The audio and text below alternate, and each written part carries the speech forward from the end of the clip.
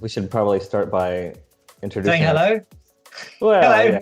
yeah, and maybe it'd be nice to like uh, tell people our names so that they know how to pronounce them correctly. Because I don't think that either of Yes, us, that's a good idea. neither of our names get pronounced right. Okay, so I'm Akuratyde. Yes, and I'm Monica. Yeah, not Monica. I know I get like, you know, 20 messages a month from people that are like, "Is Monica a girl?" And I'm like, "No, Just no, tell he's them a." yes. Just tell them yes. It's fine. All right. So I thought it would be cool to chat about kind of how we started working together and how the House on Fire EP came to be. This goes back a ways. Um, Yeah. you got in touch with me. Blue Martin posted a thing in January of 2018, which is the same year that my album Past Lives came out, and just posted a little happy birthday thing. They were like, "Happy birthday, Akira Tide. Watch out for something cool from him on the label later this year," or something like that. Yeah. Just kind of teasing, my album. And you messaged me the following day, I believe, and you were like, "Hey man, I can't believe I never have messaged you before, but I really like your stuff." And Yeah. I wrote back and I was like, "Yeah, me too. Like I played one of your songs in my Blue Martin guest mix. Yeah. Off your Ingredients EP, and so I was like, "Yeah, I really like your stuff too. Like, we should do something together." And you were like, We "Yeah, should be friends. yeah." Well, you were like, "Yeah, absolutely. Like, that's why I reached out." And I was like, "Great." So that ended up being Come Yeah. True, which is the first song on my album Past Lives, and that was the first thing that we wrote together. And Yeah. then after that, we just started talking like all the time, like on Facebook Messenger. We would just message each other like almost Yeah. every day, really. I don't really remember how it just started happening because I've reached out to other people and Yeah. you're the only one I've become like long-term very good friends with. I don't know, like I don't remember it ever not being that way, you know what I mean? Yeah, I know, it's weird. I think it was just like we had so much in common, and when you first start talking to somebody and you're kind of discovering like who they are and getting to Yeah. know them, it's just sort of like, "Oh, you like that? I like that too." Like, "Oh, you love this movie? I love this movie too." "Oh, you like this TV show? Yeah. Me too." And it's just like we had all this stuff in common, and so yeah, I think it just became like We're a both thing. nerds essentially. Yeah, giant nerds. So, Your audio's gone. so I think. No! Oh, no. I can't hear you. Hang on. Oh no, Oh no, you're back. I don't know what happened there. weird. Okay. Maybe something on my end. Yeah, so it just kind of became like a thing where we were talking all the time, and Yeah. so I mean, like I think a while went by, and I was like, "Hey, we should write another song together," because it had probably been a while at that point. I don't remember, and Yeah. we wrote that techno tune that still has not been released. That like really Which dark one? techno tune. Remember, it was like a really dark techno one from my Vex 7 Yeah. side project. Okay. So that one, you said that your girlfriend described it as like headache inducing or something, and you were like, which I think means it's perfect. I was like, all right.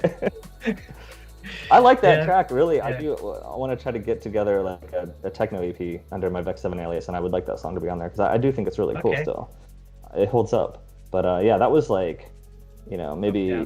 6 months later or something. It I was a don't while. remember that tune. I remember doing it, but I don't remember how it sounds. As soon as we play it, I'll remember. I'll send it to you later. Yeah. So we did that one, and then we did another one that was just kind of like a more like a liquid tune that also never got finished. And so then I was starting to feel like, oh man, like I feel like I'm letting this guy down because we keep doing this stuff and like it keeps not coming out. Now we've written Oh no. three songs, only one of them's been released. So then I was kind of like, I feel like you might be mad at me or something, which of course you weren't. And then you asked me to remix your song Himalaya for your single on Yes. Solvent. So then I was like, all right, cool. That's something that will definitely come out. And it came out really fast because I remember that actually came out before my album. My album came out in November, and I think that came out in like August, I believe. Yeah, because you had to speak to Chris about actually releasing the tune. Right, like if it was going to be a problem to overlap with the promo for the album, yeah.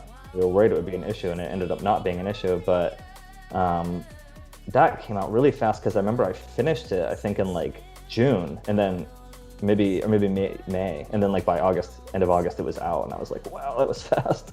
Yeah. So Well, that was the single was ready to go more or Right. less, just had to and get then mastered. I just thought it would be fun to have your remix on there. Yeah, well, it was cool. Yeah, yeah. I love that remix. Actually, I think that's my favorite remix that I've done of all the songs I've remixed. So Cool. yeah, It's a great tune. still play it like in mixes, so it holds up. Yeah.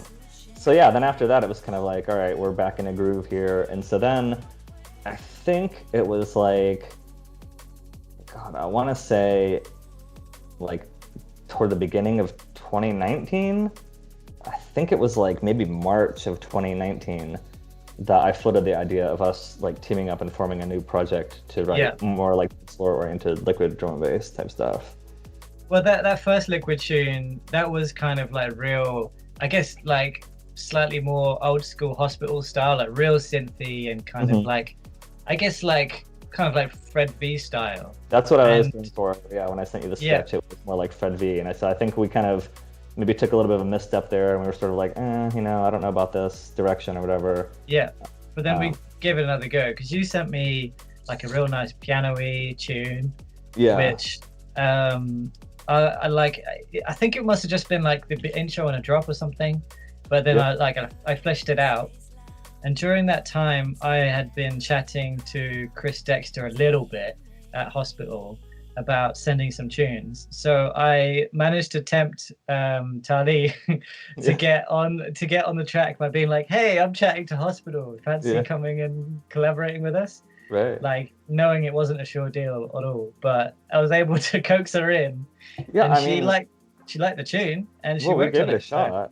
You know, I mean, we did send that tune to the Hospital. They just passed on it, but that was the goal originally, was to try to get it on Hospital. So that became a House on Fire, and that was geez, I mean, that set the bar really high. It was just like, oh my God, I've been listening to Tali's music since like 2006 or something like that. So it's like, for me, I was just like, holy shit, to get her on this, the first song that we write together, like as this new group or whatever, to get her on there was just like, oh my gosh, how are we ever going to top this? Yeah, exactly. Which I guess maybe we still haven't, I don't know. Up for debate. So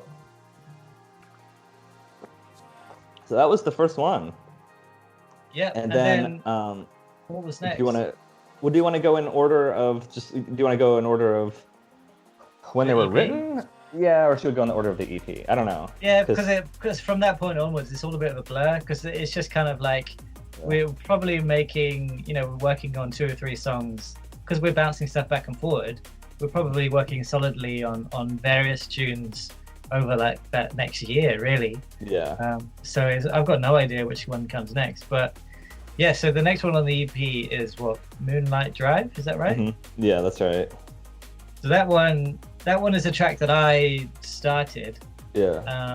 So I wrote the kind of like the synthy line that you hear in the intro was kind of like the main build of the track. Yeah. And some percussion and stuff. And I sent it to you. And did you flesh it into a full track? Yeah. Yeah, I rewrote the bass line. Yeah.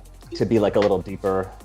I was just like obsessed with that synth line. I think when you sent it to me, you were kind of like, about it. You were like, I don't know, this is okay, whatever. Yeah. I was just like, I don't know, at the time I was just like, oh my God, this synth lead is like so incredible. Like I just like kept listening to it over and over, and I was like, I know I can do something really good with this. So yeah, I rewrote the bass line to be like a little deeper, and then I kind of did a full arrange and fleshed it out into a full track. And then you worked on it some more after I did, but I think the arrangement stayed pretty much the same. I think you added more stuff to it. Yeah. And then I did, there's like some little guitar bits that I think I added on quite late. Like we were having trouble like making it feel really full.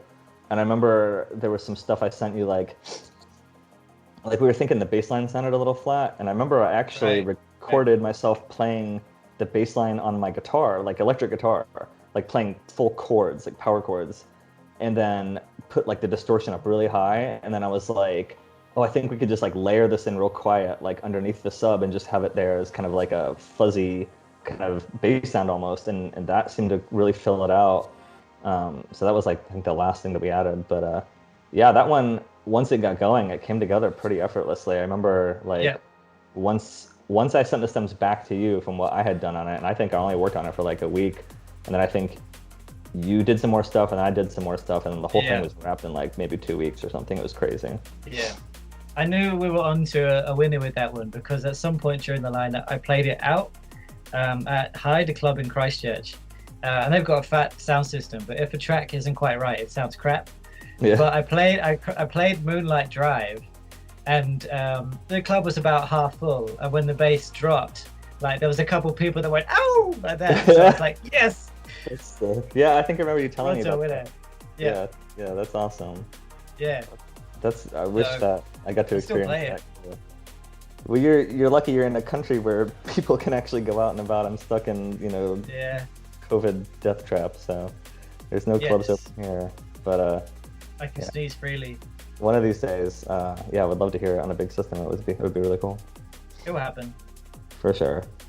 So then after that, well, I guess on the EP is Unified, which really I didn't have very much involvement in. Why don't you talk about that, since that's really Yeah. more of So this is a track I wrote a long time ago, and it was always meant to be a collaboration with Casey Octay, and it was a track I've just kind of been chipping away at for ages. I wrote it so long ago, probably like 2017. I don't even really remember how it came about. It would have just been something that, an idea that I fleshed out and then just built on top on. And then Casey like smashed it out of the park with her vocals. She always does. And the content of her vocals turned out to be perfect for like this time.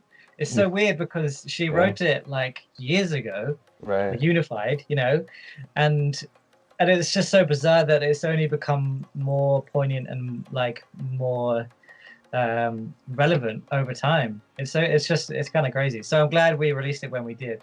Yeah. Yeah, and then I guess to include it in the Monika project, I sent it back to you, and you just added like some guitars and kind of gave some of your thoughts, and that was that really. Yeah, I didn't add much really. I think there's like a little percussive loop or something, or I might be thinking about a different song, but I think there might just be like a little percussive loop and then just the guitars, which there's actually quite a bit of guitars. When we were doing the live video and I was breaking down like the guitar stems, I didn't realize how many parts there were. And I was like, oh, there's like 4 or 5 layered guitar tracks in there in certain points. So, I was actually having trouble for ages with the chorus. Because it needed something like to fill it out, and I just couldn't do it. I couldn't do it with drums, I couldn't do it with anything. So when you came along and like played some guitars, it just like bridged that gap, I suppose, filled in that hole that I needed to be filled. You filled my hole. I'm glad I could fill your hole. Yeah, with your sexy guitars. Oh wow. Yeah, I mean, it's cool. I would definitely consider that like I don't know if I deserve a writing credit on that song, like I would say that's really like a Maxwell and Casey song, but I'm glad that I was able to contribute something that made it sound like a Monika Akuratyde song. So. Yeah, I think so. So with Crystalline, that was actually born out of a conversation that we had on Messenger where we were talking about like foghorn bass and just like how popular foghorn tunes are. Yeah. And I don't even remember which one of us. I think it was you. And you were like, you were like, what if we had a tune that was like a foghorn tune, like real stripped back and minimal, but instead of the foghorn, it was just like this big giant, like, 7-finger chord, chord tune. And we would have called it fog chord, right? Fog chord, yeah. That was the working name of when we were working on it. It was called fog chord. Yeah, because I wanted to like kind of like take the piss a little bit out of the whole foghorn thing by like having this real like massive, beautiful like ethereal chord like poo instead of like something filthy and in your face, but having somewhat of a similar effect. Right. Yeah, I mean, I think it works really well.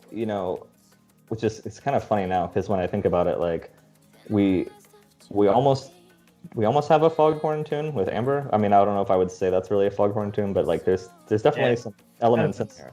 So it's kind of funny because we ended up doing, going in even a little bit more of that direction with that song. But yeah, like Crystalline, that was also one that came together pretty effortlessly, I think. I started it. I was like, we had the idea, and then I was like, great, I'll start something. And I sent you a chord that was like, it wasn't really like the best chord. It was a big 7-fingered chord, but it just didn't have that like it didn't hit that sweet spot. And so I sent that Yeah. to you over just like a basic drum beat, and then you worked on it, and you ended up just coming up with a completely different chord that worked a lot better. And I was like, yeah, that's definitely much better than Yeah. what I had. And then So the chord itself is like 7 layers or something like that. So I think I used your one, and maybe you had 1 or 2 layers, but then I just like I did like a real top noisy layer. I did like a real kind of like sharp bright layer. You know, just kind of like built it from kind of like each frequency spectrum almost, with like different kind of notes and some weird discordant things, kind of slightly lower down in volume. So this ends up with like this big kind of like lush thing that fills out like a massive part of the frequency spectrum. have you played that one out at all? Yes, but not for a while. It sounded pretty good. It's a difficult one because it's kind of like you have to kind of play it early on in the night, I think, because it is quite chill. Right. But like I don't know, it's hard. I found it difficult to slot into a mix at the moment, but I just need to be more determined with it. Well, that's kind of the funny thing about that song, right? Like we wanted it originally to sort of, or at least my impression was that we wanted it to have sort of the like energy and intensity of a foghorn tune, but it doesn't, because it doesn't have the foghorn, so it's like it ends up, that chord is so beautiful that it ends up being like more of a lush track than maybe what we originally thought it was going to be. Yeah, and the vocal in there as well. It's just kind of like a slightly different kind of nice liquid tune. I think it's a really great track. And oh yeah, no, it's one of my favorite songs. Like, yeah. It's just a bit strange. I think it doesn't quite. It's kind of like it's got this lush energy, but also it doesn't have like the fast-paced thing that some other liquid tracks do. So I don't know. Like I think it's a really great listening tune. Yeah. And it's just not always the best to play out like in a big nightclub or something. Might be great for daytime set, something like that, Yeah, definitely. That's actually makes a lot of sense, like a festival or something during the day. Yeah. Probably be really good. Yeah, I like that song. I think that that song's maybe a little bit of an outlier in the sense that it doesn't sound like a lot of other stuff, but at the same time, it's maybe the one that sounds like the most like us, in the sense that we were just completely doing our own thing and not trying to really be anything. It was just like, we're gonna make this weird song that, what is it? Is it liquid? Is it foghorn? Is it chill? Is it energetic? Like, who knows? It's all of the above. So I like that about it. There's for anyone that finds this kind of stuff interesting, I do, because I'm a giant nerd.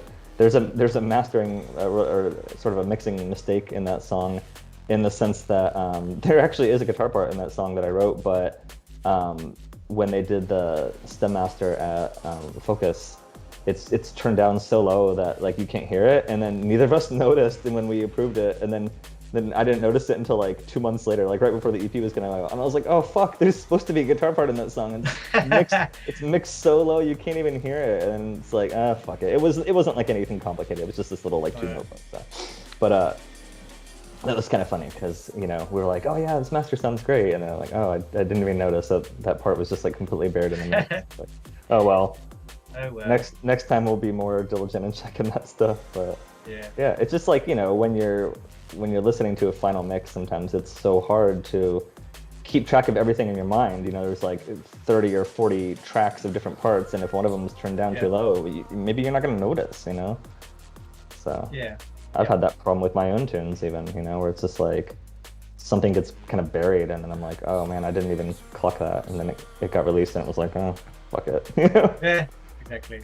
I mean, if it sounds okay, it's not the end of the world. Yeah, and like I said, it wasn't like a major part. If it was a major part, I would have noticed, but it was just this little background detail in a couple spots, so it's like, it's fine. It's fine without it. If you listen really closely, you can hear it. It's in there somewhere. But I'm excited for our next stuff, because the next stuff we're writing seems to be pretty heavy, which is cool. Yeah. And so we're hoping to pitch that pretty soon. And I don't know, I think when we started out, we wanted to try like specifically liquid stuff, but as time has gone on, we're just kind of, vibing with how we're feeling. Right. And we're ending up writing some like real kind of like pretty hectic, heavy stuff. So I'm looking forward to getting that out and about. Yeah. And, it's not just to clarify, like there's definitely still a lot of like liquid or more melodic stuff coming out too.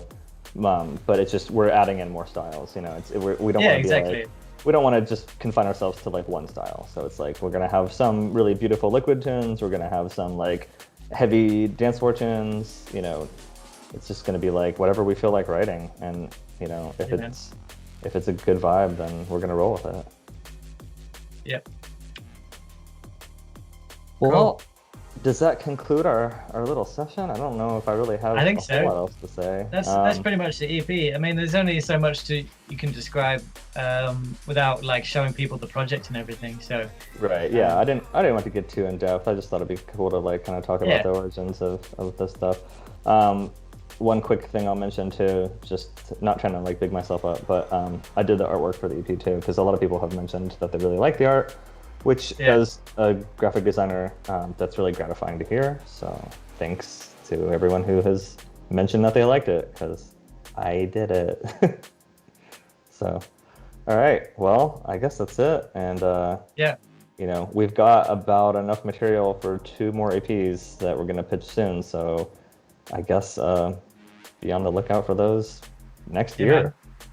Sometime next year. 2021. Yeah. It's gonna be the year of Monika Akuratyde. Yeah. All right. All right, man. Cool, man. No doubt I'll probably chat to you in the next 10 minutes. So Yeah, I'm sure. yeah. All right. Take it easy. Yeah, you too.